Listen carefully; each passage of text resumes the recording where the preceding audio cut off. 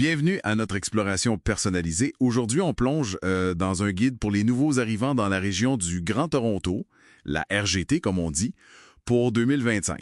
Mais attention, on vise spécifiquement hors du centre-ville. Notre mission, c'est de dénicher les infos clés là, pour que l'installation soit plus facile. Surtout avec les politiques d'immigration qui changent, puis les défis pour le logement, les services, tout ça. Là. Absolument. S'installer, ça vient avec son lot de défis, c'est clair. L'administration, la job, l'adaptation culturelle, puis surtout, le coût de la vie. Le logement, c'est souvent numéro 1 sur la liste. Puis avec les politiques qui évoluent, puis les délais, on parlait de plus de 820 000 demandes en attente en mars 2025. Avoir de l'info fiable et à jour, c'est crucial. La RGT, c'est vaste, fait que c'est pertinent de regarder hors du noyau de Toronto même. OK, parfait. Alors, commençons par le logement. Souvent la priorité. Hein. Le marché locatif en 2025, ça reste serré. Les taux d'inoccupation sont bas, genre 1,6 % à New York, c'est pas énorme. Puis les prix, ouf, ça varie beaucoup. Un chambre à Toronto Centre, c'était quoi? Autour de 2148 $ en moyenne en mai 2025. C'est ça.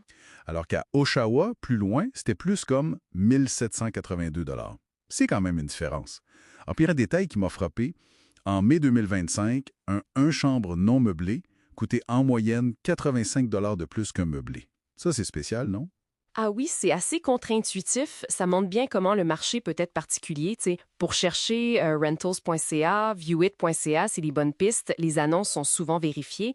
Kijiji, Facebook Marketplace, on trouve des choses aussi, mais faut vraiment être plus vigilant. Les arnaques, ça existe. La règle d'or, jamais payer avant d'avoir visité puis signé le bail. Jamais. Bon point. Puis ces coûts du logement, ça pèse lourd. La fameuse règle du 30 % du revenu brut pour le loyer? Ouais, c'est dur à tenir, ça. Très dur. Pour un loyer moyen à Toronto de, mettons, 2086 $, faudrait un revenu annuel de quasiment 82 000 $.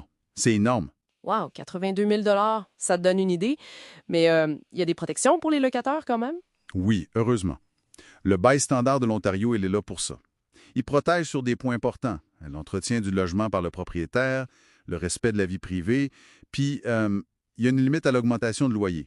Pour 2025 et 2026, c'est 2,5 % pour les logements qui sont couverts par cette règle. OK, 2,5 %. C'est noté. Bon, une fois qu'on a une piste pour le logement, l'autre affaire, c'est l'argent au quotidien, les banques. Il y a des trucs pour les nouveaux arrivants? Oui, les grandes banques, RBC, TD, Scotia, BMO, CIBC, National, et même les banques en ligne comme Simpli ou Tangerine, elles ont souvent des forfaits spécifiques pour les nouveaux arrivants. C'est quoi les avantages typiques? Souvent, c'est 1 an, parfois jusqu'à 3 ans, sans frais bancaires mensuels. Ça aide aussi pour avoir une première carte de crédit. Des fois, ils annoncent des limites jusqu'à 15 000 $, mais faut faire attention, là. C'est un maximum, c'est pas garanti pour tout le monde. Puis, il y a aussi des bonus de bienvenue, genre une banque offrait 450 $ plus une carte cadeau, mais... Il y a toujours un mais, hein? Exactement. Ces bonus-là, ils viennent avec des conditions. Faut faire des dépôts directs, payer des factures via le compte. C'est pas toujours évident à remplir au tout début quand on arrive. D'accord. Et le point critique, j'imagine, c'est l'historique de crédit. Ça repart à zéro. Fondamental, c'est le point clé. L'historique des crédits qu'on avait dans notre pays d'origine, il compte pas ici. Faut en bâtir un nouveau, un Canadien de A à Z. C'est essentiel pour un prêt auto, une hypothèque plus tard, même parfois pour louer un appart ou avoir un bon forfait de sel. Fait que, comment on fait ça? La base, c'est d'utiliser une carte de crédit de façon responsable. Une carte sécurisée au début peut-être, ou une carte régulière si on l'obtient. L'important, c'est de payer le solde à temps, à chaque fois, puis de garder l'utilisation en bas de, disons, 30-35 % de la limite. C'est ça qui construit un bon historique. Logique. Parlant de forfait, pour le téléphone mobile, pour pas se ruiner, c'est quoi les astuces? Oui, alors là, une bonne stratégie, c'est de regarder les forfaits apporter votre propre appareil, AVPA ou BYOD en anglais. Ah oui, si on a déjà son téléphone? Exact. C'est souvent moins cher parce qu'il n'y a pas de contrat à long terme lié à un nouvel appareil. On trouve ça chez les marques alternatives des grands joueurs comme Fido, Koodo, Virgin Plus, ou chez d'autres comme Fizz, Freedom Mobile, Public Mobile, Chatre. Puis côté prix, ça ressemble à quoi en 2025? On voyait des offres genre Fizz avec 20 gigas pour 40 $ ou Public Mobile qui avait une promo à 60 gigas pour 35 $, Chatre aussi, 65 gigas pour 39 $. Ça bouge beaucoup par contre. Faut magasiner, j'imagine. Absolument. C'est un marché très dynamique. Il faut vraiment comparer les offres actuelles. Des sites comme Plan Hub peuvent aider, mais il faut aussi aller voir directement sur les sites des fournisseurs. Puis super important, vérifier la couverture réseau là où on va vivre et travailler, là. Très bon conseil. Et pour se déplacer dans la RGT, la voiture, c'est pas toujours possible au début?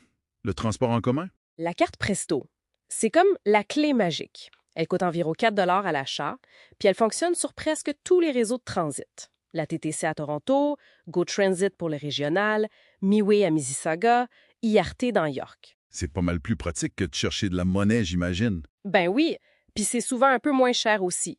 Par exemple, sur la TTC, un passage adulte avec Presto coûtait 3,35 contre 3,35 en argent comptant. On la recharge en ligne, sur l'appli, aux machines, dans les stations ou chez certains détaillants.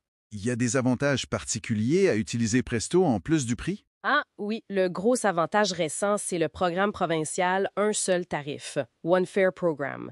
Ça veut dire que les correspondances sont gratuites entre GoTransit puis les réseaux locaux, comme la TTC, MeWay, IRT si on paie avec Presto. Ça change la donne pour ceux qui combinent les transports. Puis la TTC elle-même, elle offre une fenêtre de correspondance de 2 heures avec Presto. GoTransit a aussi des rabais pour les jeunes, les aînés, les étudiants, et c'est gratuit pour les enfants de 12 ans et moins. Excellent à savoir ça. OK, changement de sujet. Pour les familles qui arrivent, il y a la location canadienne pour enfants, la CE. Est-ce que c'est accessible rapidement? Oui, les résidents permanents y ont droit, s'ils sont admissibles, bien sûr, puis qu'ils ont des enfants de moins de 18 ans. C'est un paiement mensuel et c'est non imposable. Ça aide pas mal, ça. Certainement.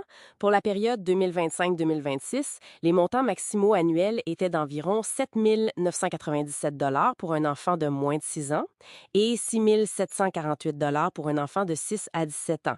Mais ça, c'est si le revenu familial net ajusté de 2024 était sous les 37 487 Si le revenu est plus élevé, le montant diminue graduellement.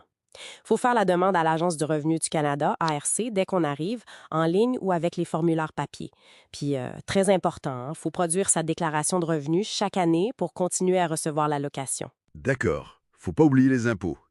Et pour finir sur une note plus culturelle peut-être, pour découvrir le Canada sans que ça coûte une fortune, il y a l'application Canoo, j'ai entendu parler de ça. Ah oui, Canoo, c'est une super initiative. Ça donne aux nouveaux résidents permanents pendant leurs 5 premières années au Canada et aux nouveaux citoyens un accès gratuit pendant 1 an complet. Gratuit à quoi? À plus de 1400 musées, galeries d'art, parcs nationaux, sites historiques partout au Canada. C'est vraiment une belle façon de découvrir la culture et la nature canadienne à peu de frais. Il faut juste télécharger l'application, s'inscrire avec sa carte de résident permanent, puis activer son abonnement qui dure 12 mois. Génial! Bon, on en fait un bon tour d'horizon, je pense. S'installer dans la RGT hors du centre-ville en 2025, ça demande de naviguer un marché locatif, disons, compétitif. Il faut bâtir son crédit de zéro, bien choisir son forfait mobile, utiliser Presto pour les transports, connaître l'AC pour les familles Exact. et profiter de trucs comme Canoo pour l'intégration. C'est ça. Les défis sont là, c'est certain, mais il y a aussi beaucoup de ressources. Les organismes d'aide à l'établissement comme le YMCA, COSTI, Access Employement, ils sont là pour accompagner les gens. Mais tu vois, au-delà de tout ça, ça me fait penser, une question pour la route peut-être. Quel aspect de la vie sociale ou culturelle, mais spécifiquement dans la diversité des communautés hors du centre-ville, quel aspect inattendu pourrait vraiment surprendre ou même être un défi pour un nouvel arrivant? Quelque chose qu'on ne voit pas nécessairement dans les guides pratiques, tu sais.